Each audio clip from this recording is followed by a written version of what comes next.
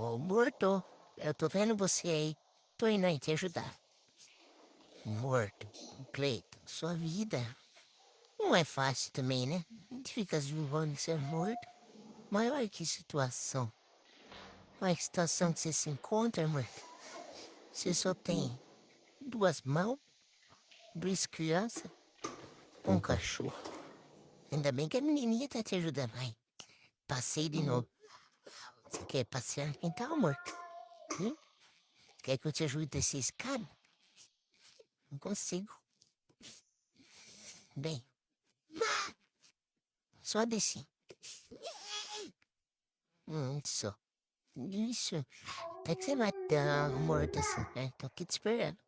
Parceira, parceira. Da porra, é da belezinha, né? Com as crianças. Vai dar um trabalho, né, mano? Caga, mija. E não é bater igual eu, né? É na carça.